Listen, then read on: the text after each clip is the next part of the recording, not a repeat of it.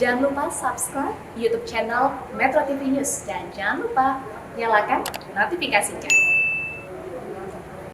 Presiden Joko Widodo menyetujui perpanjangan pemberian insentif pajak untuk sektor properti dan otomotif. Menko Perekonomian Erlangga Hartarto menyebut insentif untuk sektor properti berupa relaksasi pembayaran pajak pertambahan nilai yang ditanggung pemerintah PPN DTP dan untuk sektor otomotif berupa PPNBM ditanggung pemerintah PPNBM DTP 50% untuk mobil baru seharga di bawah 200 juta rupiah.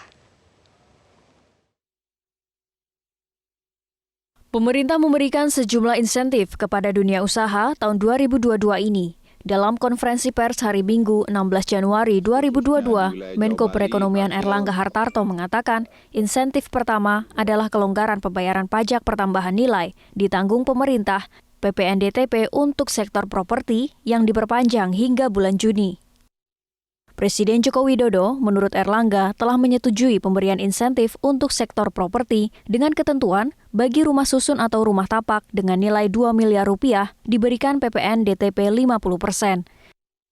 Ini disiapkan bahwa perpanjangannya akan dilakukan sampai dengan Juni 2022 dengan ketentuan PPN ditanggung pemerintah untuk rumah atau rumah susun, rumah tapak yang nilainya 2 miliar diberikan PPN DTP sebesar 50% dan diperhitungkan sejak awal kontrak dan diharapkan rumah itu bisa diselesaikan dalam waktu 9 bulan.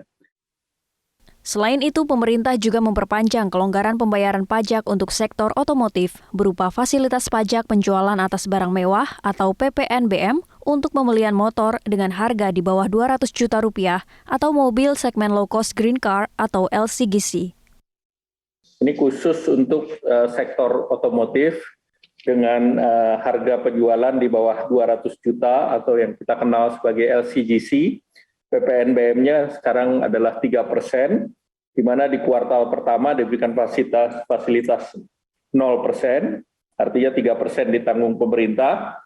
Di kuartal kedua itu 2% ditanggung pemerintah, di kuartal ketiga adalah 1% ditanggung pemerintah, dan di kuartal keempat bayar penuh, yaitu sesuai dengan tarifnya, yaitu 3%.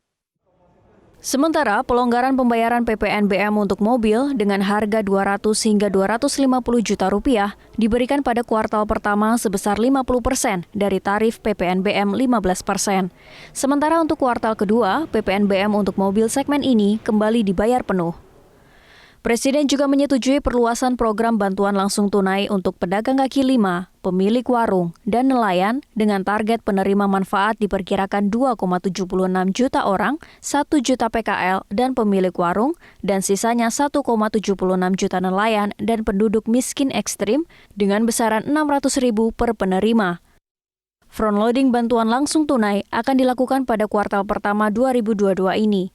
Sepanjang tahun 2022, pemerintah juga telah menyiapkan anggaran pemulihan ekonomi sebesar 451 triliun rupiah yang dialokasikan untuk bidang kesehatan, perlindungan sosial, hingga fasilitas fiskal untuk usaha mikro kecil dan menengah, serta korporasi. Dari Jakarta, Tim Liputan Metro TV.